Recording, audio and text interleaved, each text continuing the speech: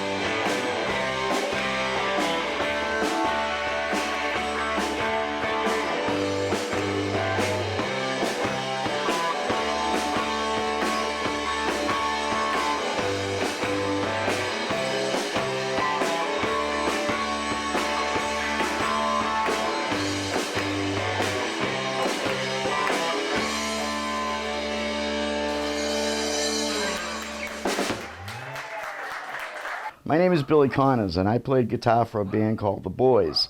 I've been in the Boize since 1973.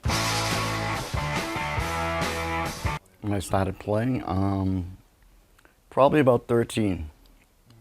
I was in a bunch of local bands, and then the Boize came together in 1973. We still get together occasionally and do gigs, but right now my band is called Cadillac Hearts. And I'm in that band with some my old friend musicians, Scott Baerenwald, Gary Soprano, Chuck Myra is playing drums with us right now. And that's basically who I am. Rock and roll in Boston started for me probably around 1967 at the Cambridge Common. Back in the late 60s, they used to have concerts every Sunday at the Cambridge Common, and bands would come and play, and you'd probably get to see about 5 or 6 bands a day on a Sunday, and it was really cool. A lot of name acts actually played there. Led Zeppelin once did a set there one Sunday afternoon when they were playing at the Tea Party. But the thing that I liked the most about all of that was the local bands that I was getting to see. 2 in particular from that time were the Sidewinders and the Modern Lovers. Sidewinders were, for lack of a better term, a power pop group from Boston that featured Andy Paley on vocals and Eric Rosenfeld on guitar. And the Modern Lovers, I think everybody knows who they are.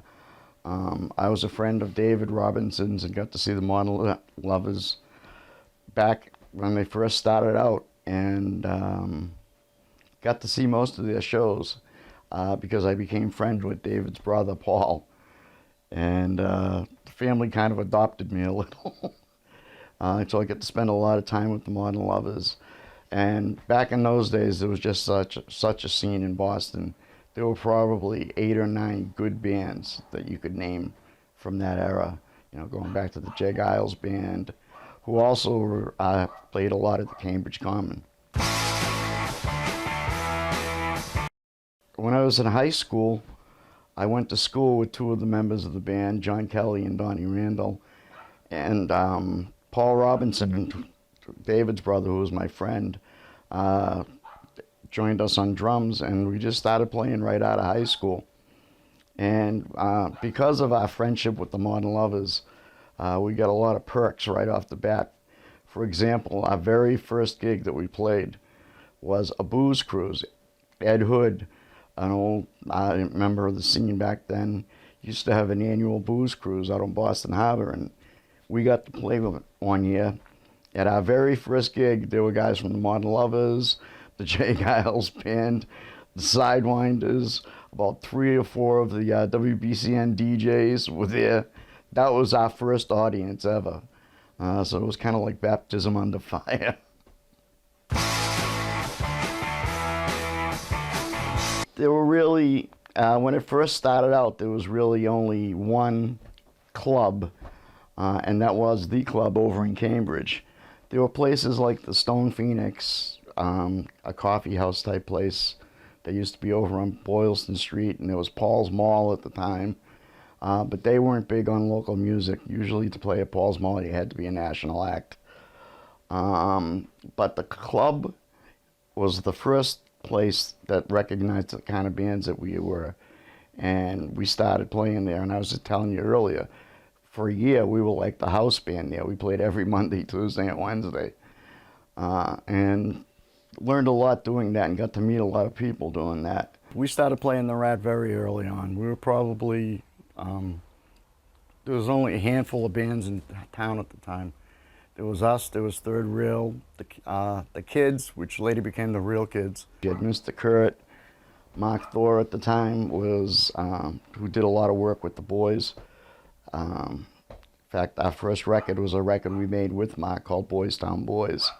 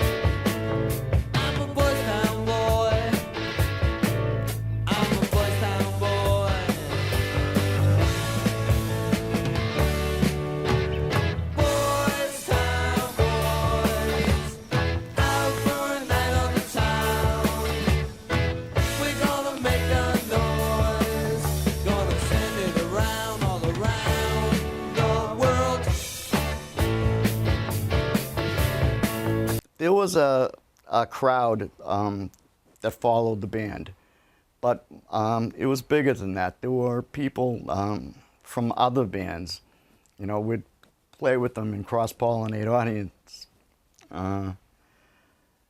It's a hard thing to describe. It was just a nice situation.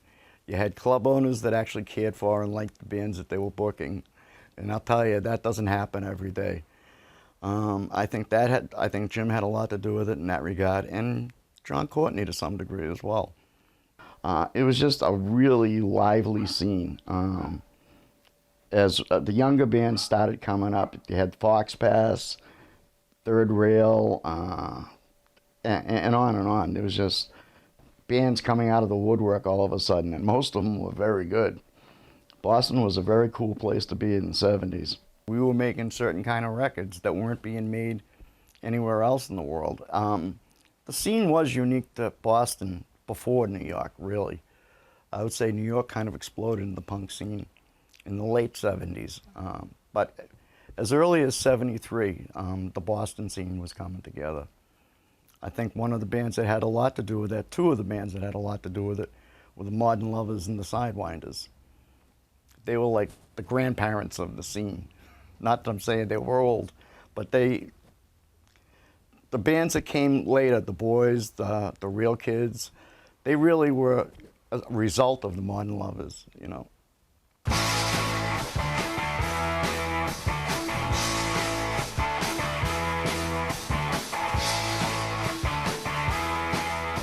I'd say within a year. John Felice was the person who introduced me to Jim Harold, and that's when the Boize started playing there. We also started playing there on Monday nights because you had to pay your dues in town. There were a lot of bands, but we were able to work ourselves up to a weekend band at the Rat, so that was quite an accomplishment. When the Rat started booking local garage rock bands, for lack of a better term, John Felice was, in my memory, the Real Kids were the first band to play there. Before that, the place was called TJ's, and that was more of a place like the Sugar Shack, where you'd have, you know, big bands with brass and all that stuff. And when Jim Harold bought the Rat and took it over, he started bringing in the local acts. He was really the guy that realized there was something going on here. And we started playing at the Rat, and then it started picking up really quick. I'd say the first couple of times we played there was probably about 100 people in the audience. And that was sort of like everybody knew each other, you know. Then it started to pick up around 77. We started having bigger crowds. Yeah, I mean, not 1,000 people, but we'd get a good 60, 70 people in there on a Monday night. And then it started getting bigger and bigger, and then all of a sudden, you know, the Rat became the place to be in the United States. You know, so you're either playing here or you're dragging your ass down to CBGB's to play. And that was pretty much the beginning of the whole punk new wave scene.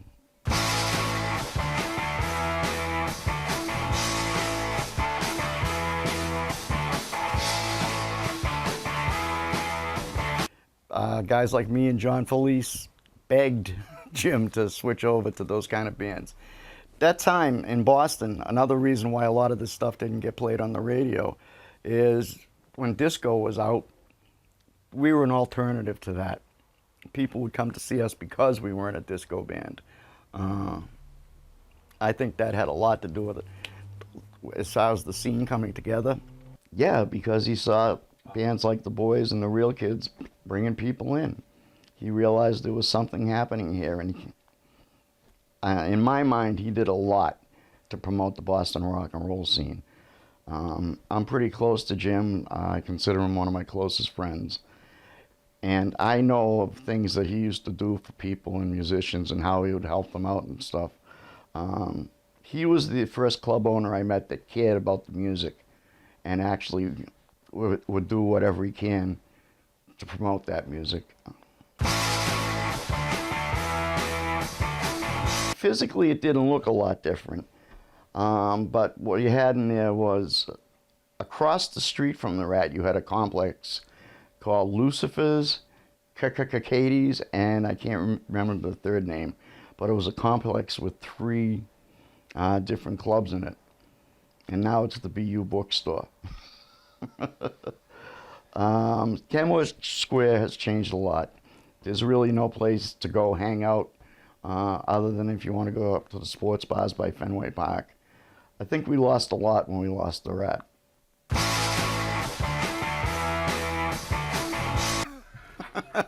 Were there fights? Occasionally somebody would get a little out of hand at the Rat and things would happen out back, but pretty much it was the crowd knew each other, and so usually there really wasn't that kind of conflict going on. Oh, sure. We played just about everywhere. The Jumbo, Jaspers, the Channel, Cantones. It just really exploded in the 70s. Still, when I go out to see a band now, I still run into most of the same people. The ones that fortunately are alive. You know. But no, I still run into the same people. You always see Miss Lynn and Blowfish at a show. And, John Jules, I recently ran into him at a Fountains of Wayne show. And it's still a lot of the same people are out going to see bands. The Boston bands have very loyal audiences. As things grew and we started getting bigger and bigger crowds, Jim realized that there was an opportunity here, not only to promote bands, but to cement the club as the place to go for punk rock or new wave, whatever label you wish to put on it. I know at the time it was a big risk on his part. He actually took out a second mortgage on his home to pay for the production costs, which were pretty high. He brought in a mobile sound studio that had something to do with the Rolling Stones, and that's what they rented to do the live recording. And the recording took place over, I'm not sure if it was 4 or 5 days. I remember doing it. I remember we played at 5 o'clock in the afternoon to an audience of about 20 people, but it sounds like a huge crowd on the record. I thought that record came out really well. I was happy with the sound, the production, and it's amazing how many people have heard that album, claim to have it.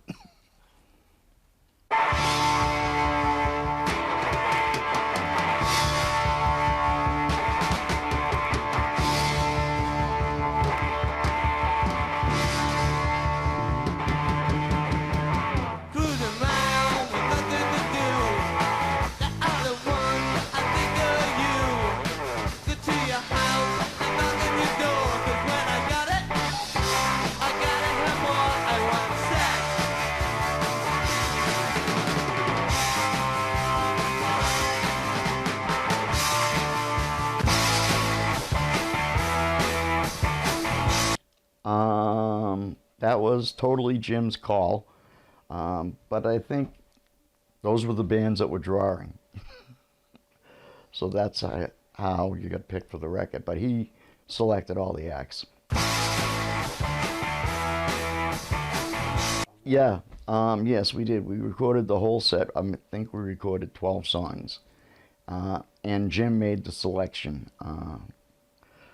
And they're not the songs that I would have picked, but people seem to like them, and they still sound pretty good today, so.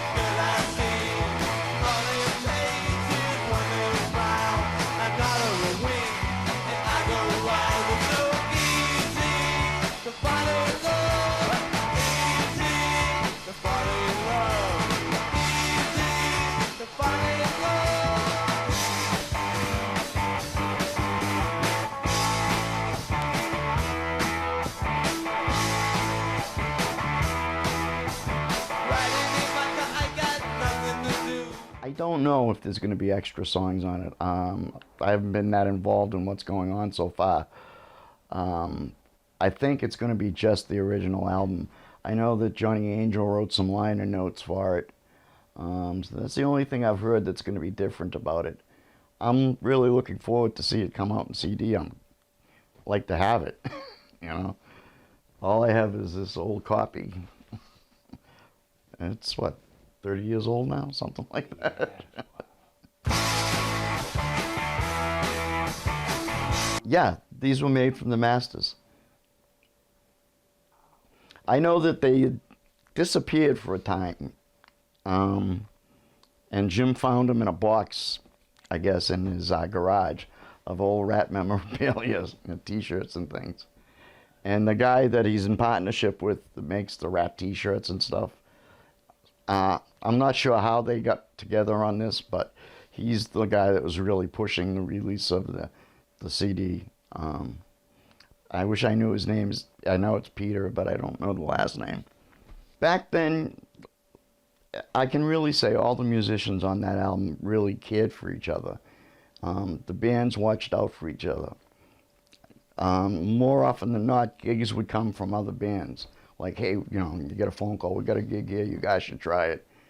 And it really was a scene, a cohesive group of people. And I think that's why today you still see a lot of those same people in town playing. Look at Fox Pass, for example.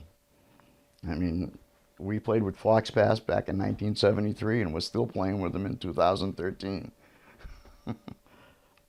I don't know if that's cool or not, but it feels cool to me. There's really a lot of people still around. The Real Kids are still together. You got Frank Rowe from Baby's Arm and the Classic Ruins. He's still out there plugging away.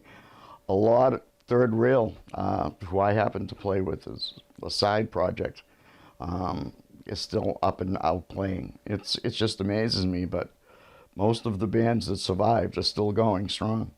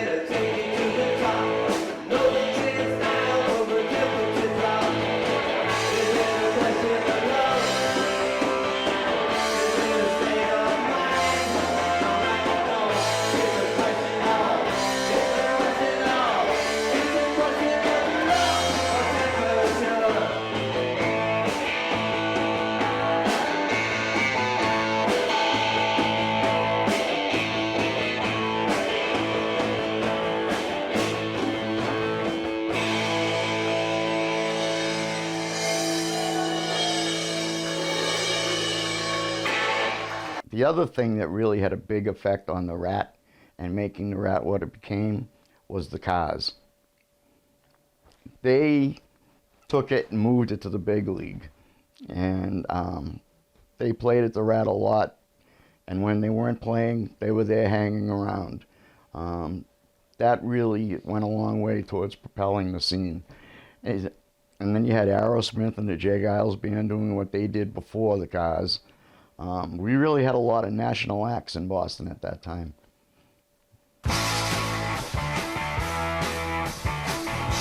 I saw both bands, and I can tell you for sure the Cars were much better than Captain Swing. The songs were there. Rick was writing great songs, but that band just didn't have what the Cars brought to it. I mean, when you think about it, they created the next new rock and roll riff. You know, that little 4/4 chunka chunka thing that the Cars have in all their songs.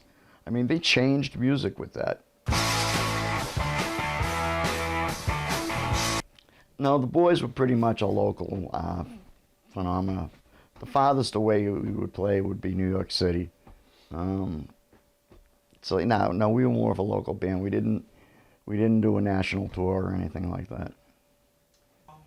No, we never left the United States. Basically, as far as we got was New York City. We played CBGB's a few times, played Max's Kansas City. But other than that, that was about it. We were a Boston band, not a national band.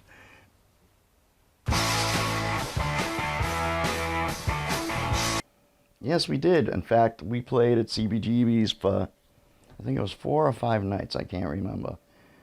And also on the bill was the first time the Dead Boys played there. So it was a pretty interesting bill. I can't remember who the other 2 bands were, but we were there for a week.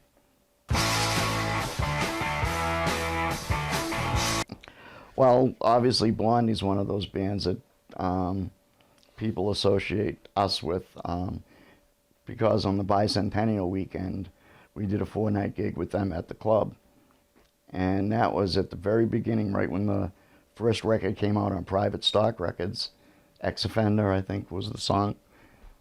So they were a brand new band from New York, and John Courtney, the man who managed the club, put us on the bill together, and it went from there. They were kind of in direct competition with the Rat. They were booking the same bands, and so basically we'd split the audience when we played somewhere, but at that point there were enough people around to make it okay for both clubs. And that was before the Channel was there, right? Yeah. Basically, those were the 2 clubs. The other one was a place called the Boston Club over on Com Ave that I believe is the Paradise now, right? Yeah. So, yeah, we played it. There's probably not too many clubs in Boston we didn't play at back then. The Boize never played at Canton's. The only time I ever played there, I did a couple of songs with La Peste. But that was, Canton's came about after the band had broken up, I think.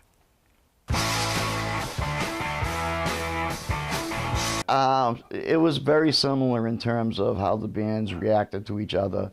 The bands in New York really were supportive of each other.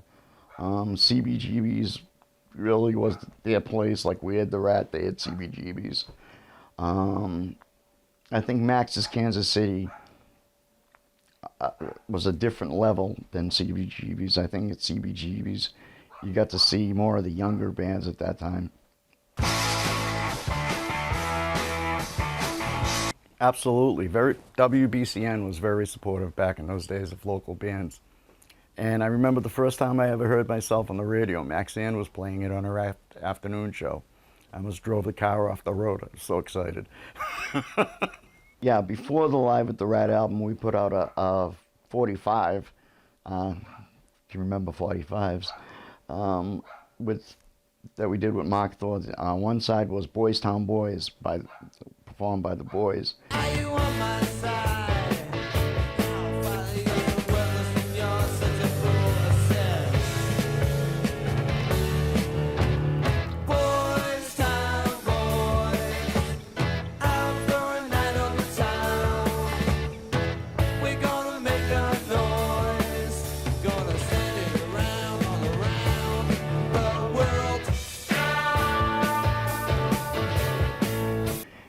flip side was a Mark Thor song called Holiday Fire. I'm ready for a holiday, but I've been waiting for a ticket, a night train to take me back to the palaces.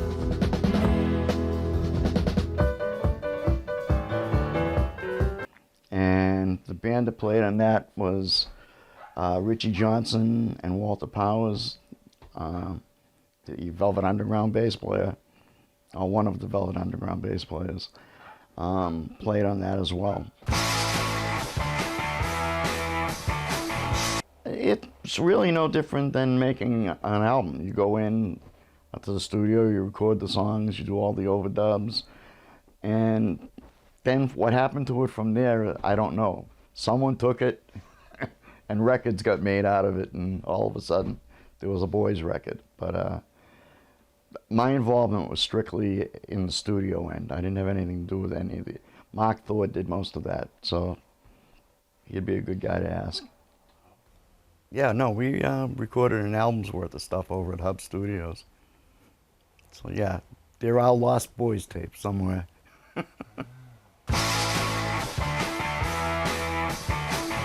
I have no idea, to be honest with you. I do know it showed up in an awful lot of places, and I hear about it still to this day. I'm always getting a message on Facebook from somebody asking me if I was the guy in that band. So yeah, it got around. I'm not sure how, but I really have no idea how many were sold.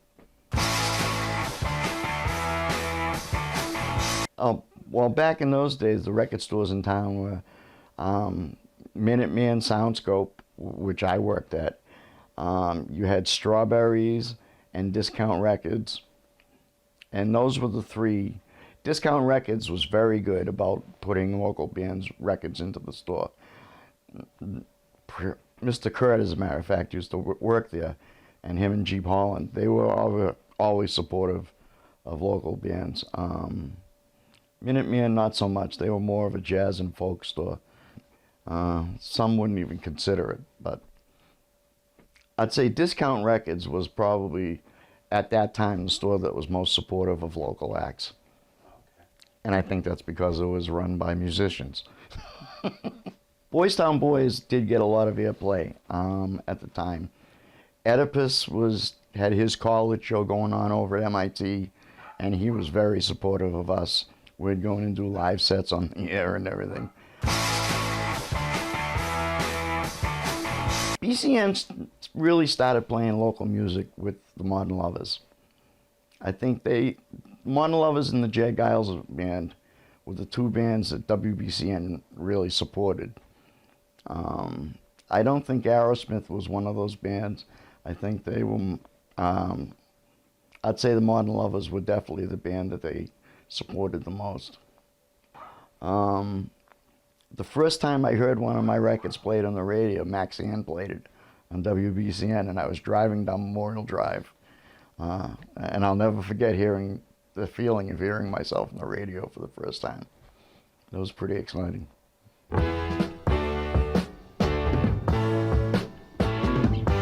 Yeah, at first. But then as BCN started to pick up on what was going on in town, they started playing local bands on the radio.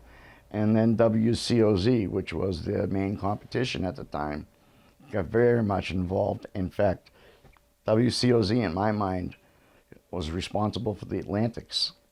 You know, I think without WCOZ, the Atlantics wouldn't have done what they did. I mean, they were a great band. They were a good band to see live. But they got a lot of support from WCOZ. And unfortunately, there's none of that anymore.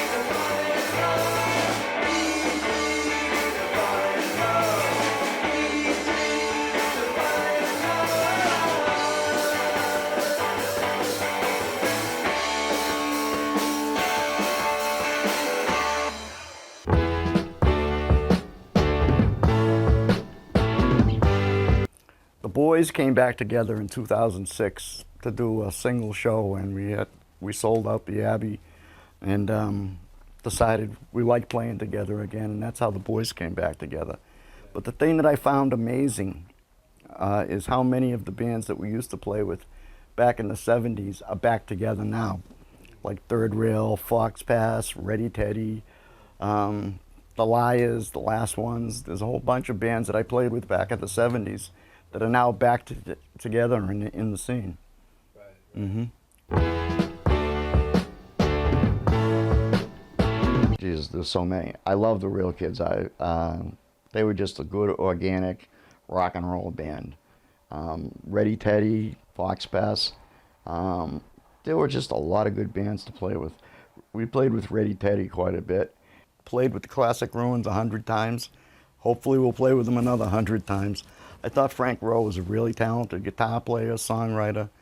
And just that, he was very good at what he did.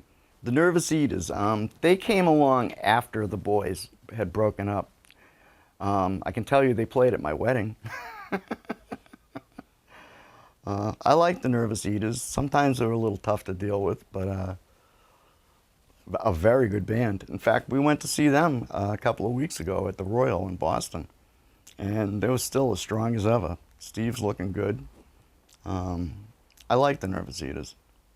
In fact, now I'm in a band with Scott Baerenwald from Ready Teddy, a band called Cadillac Hearts, and we just put our first record out last year. And we've been playing live and having a lot of fun. It's a good band. Besides myself, when we originally formed it with Ray Fernandez, but unfortunately he had to move to Cincinnati, so he's no longer with us. And Gary Soprano, who was a member of Third Rail. In fact, when I joined Third Rail, that's how I met Gary. And he's an exceptional guitar player. I think he's one of the best in town. I mean, I put him up there with Billy Lazigian in terms of talent. And Billy is the gold standard in town.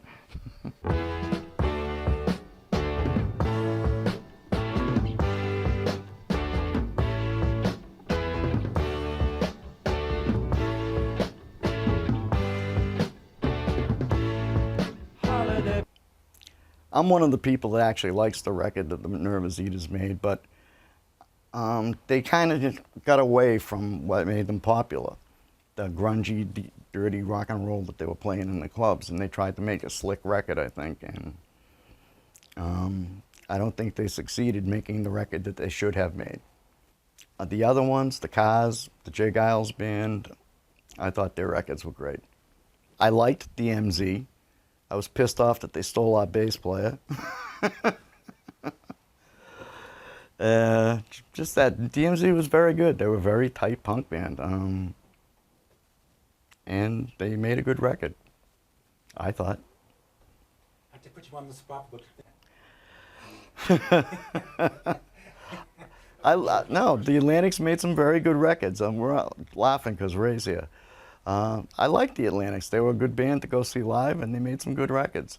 I think they're an example of a band that wasn't able to capture what was good about them on record most of the time. I thought they were a much better live band than people give them credit for.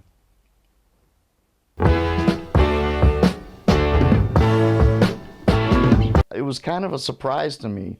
We had done a gig, we played the Middle East with Third Rail, and I hadn't seen Richard in years. And, we started talking and had a conversation. And the next day I got a phone call asking if I wanted to join the band. So, I did some gigs with them, and that's where I got to meet Gary. We became pretty close as members of Third Rail, and I brought him into Cadillac Hearts along with Scott and Ray. Yeah, I've been playing with Third Rail for about 4 years now. Unfortunately, Richard had some health issues, so until he gets through the rehab and everything, we won't be playing for a while, but we're all pulling for Richard to have a full recovery. Technically, I'm still a member of Third Rail, but for Richard's health reasons, he's not really able to do it right now. But he's working on it, and I do suspect that sooner or not later we'll be playing again. Thank you. Getting better every day. Thank you.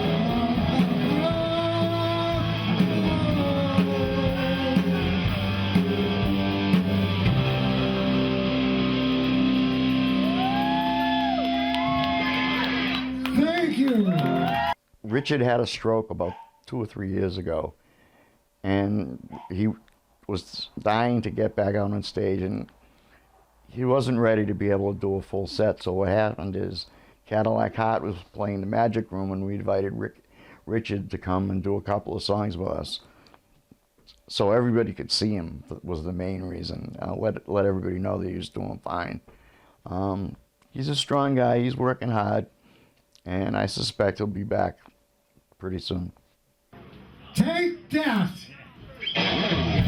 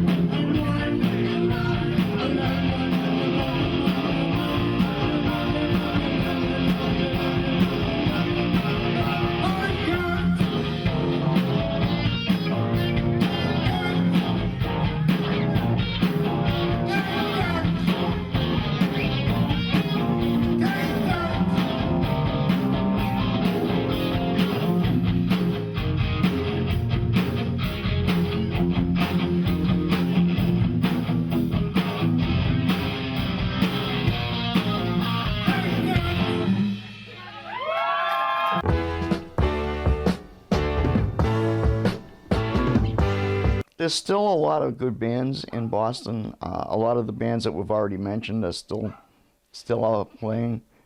We've sort of become a classic rock scene. The younger bands that I've seen in town, I think I haven't seen a lot. I saw a band called the Mystery Tramps that I thought were very good. Some kids from Revere. But what usually happens with us is we get put with all the bands that we used to play with. So a lot of times you'll see us playing with Fox Bass or Eddie Teddy or something like that. I'm open to new bands. I just don't hear a whole lot about them.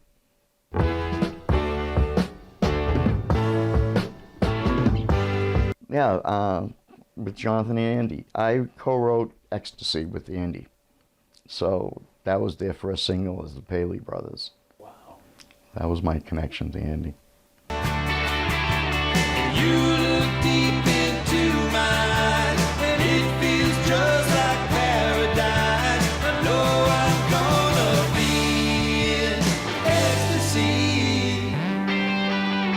When we dance and you hold me close, oh, ecstasy from head to toe,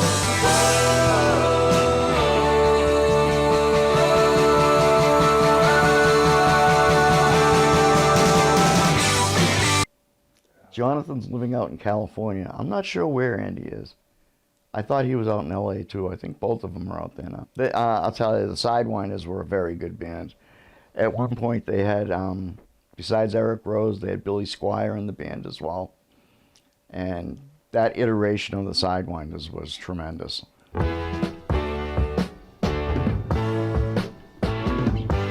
The only thing that's missing from the scene now is Buzzies.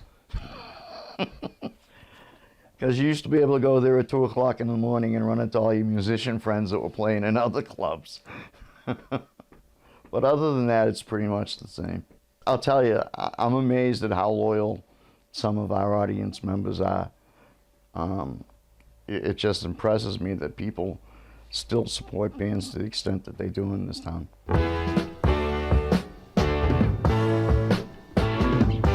Well, one of the things that had a lot to do with the scene developing in Boston was a column that was written by a guy named James Isaacs called Cellar by Starlight. And I know the first time anybody ever wrote about the Boize, it was James in the Phoenix. And he was very supportive. He was out at all the shows. He really cared about the music scene.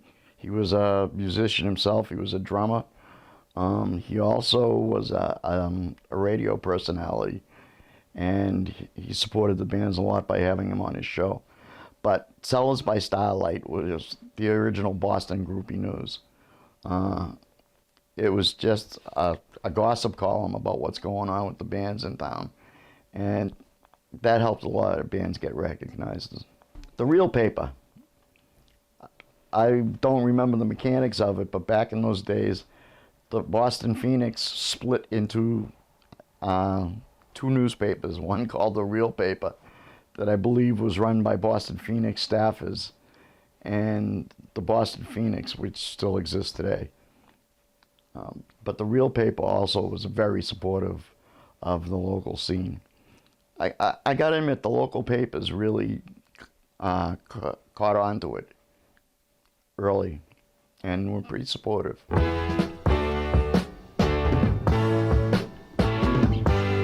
Yeah, I remember the first issue came out, nobody knew who wrote it.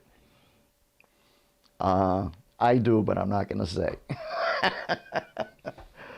And then Miss Lynn and Lynn Chula, Lynn Cardinal, the two Lynns,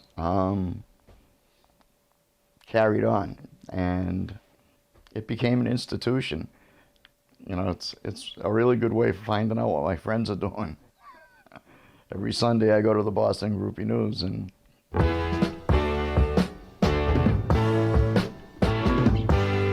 the new band that I'm in is a band called Cadillac Hearts. What happened is, originally, when the Boize broke up again, for lack of a better term, I was looking for something to do, and I wanted to make a record.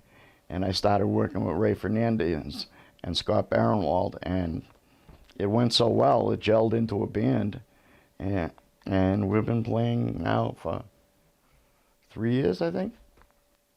No, I started out doing a solo album, but the studio band played so well together, we decided to come together as a band. That's how Cadillac Hearts was formed. It was originally going to be a Billy Connors solo album, but very quickly into the process, we realized we had something special here. So we came together as a band. The album was recorded at Ray Fernandez Triple B Studios over in Everett. Took us about a year to do it because of different delays for health reasons or whatever. But we finally got it done, and it should be out in August. I'm really pleased with how it came out. This band is a very exciting band, and I think it's a good example of how the scene manifests itself. It's not only do we have Ray from the Atlantics, we have Scott Baerenwald, who played with Robin Lane and the Chartbusters and Ready Teddy, and Gary Soprano was in Third Rail. And these are people that I'd gotten to know over the years from doing gigs with them and stuff like that. So it's funny, it's even you're doing something totally different, it still involves the same crowd of people. So you got a lot of the Boston scene stuck into one little band. I got love if you want it. I'll send it to you, COD. I got love if you want it. I'll send it to you, COD. I gotta live the high life. I gotta live in luxury. From the day that I was born till I grew to be a man, I learned to live the high life, baby, every chance I can. It takes a little style and an awful lot of dough. Living the high life is the only way to go. Style-wise, it probably is the same style as the stuff that the Boize did, but the sound is totally different. It's a unique sound, doesn't sound anything like the Boize.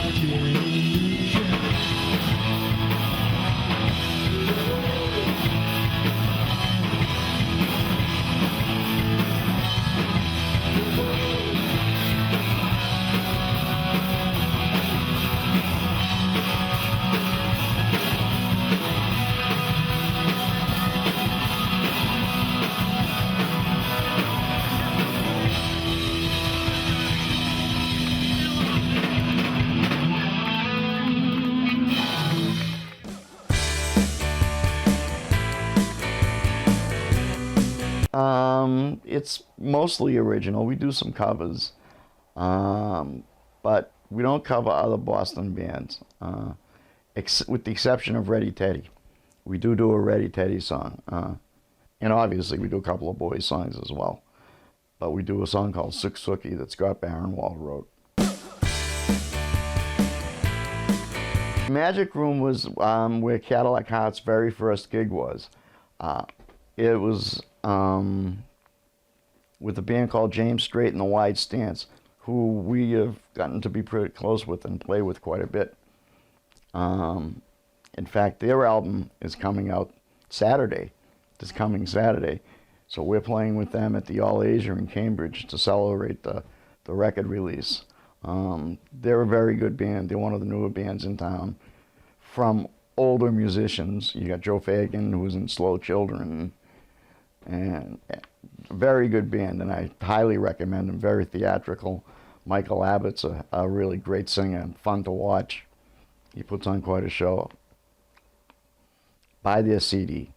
Cool. We had played at the Magic Room 3 times, I believe, and all 3 times it was with James Strait and the Wide Stance. So there's definitely a pattern there, but it was a great place to play.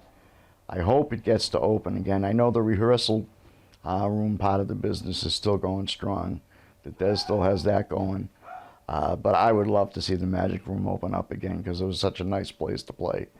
The PA was the best in town, and they just treated musicians like they mattered.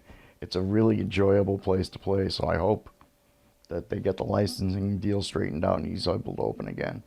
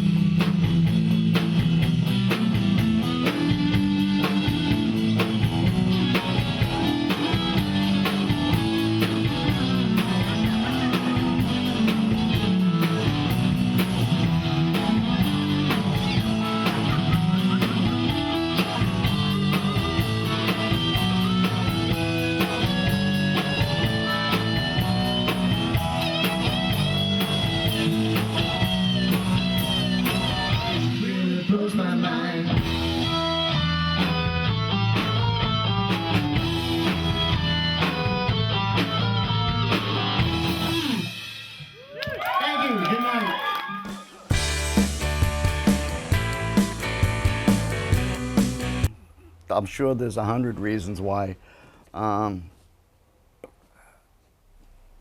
That's a good question. I think the thing that you need to remember is the Boston punk garage scene was kind of an afterthought. We didn't realize we were in a scene at the time, but the thing that I liked about it, and it was really nice, is the bands really supported each other. We really came together, and there was a sense of community back then.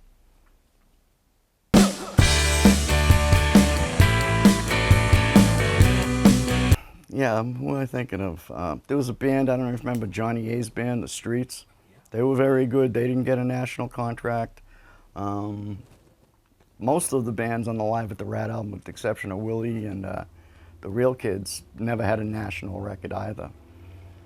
But I think the scene that developed filled a void. Kids needed a place to go. And I think that's what the Rat provided. It was a place to hang out with your friends.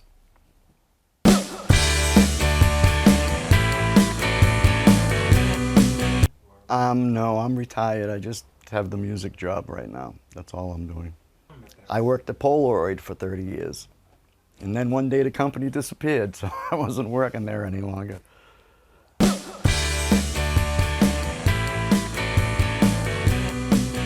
I'll tell you something else that's really indicative of the scene and what it means to people. I went to see the Cars last week over at the House of Blues. And I'm guessing the audience is somewhere between 2,000 and 3,000 people. And when Rick finally came to the mic to speak to the crowd, he talked about playing at the Rat, and the place went absolutely berserk. So I was sitting there with Jim, and I said, see, a lot more people than you realize went to the Rat back in the day. It was pretty cool. He was very proud.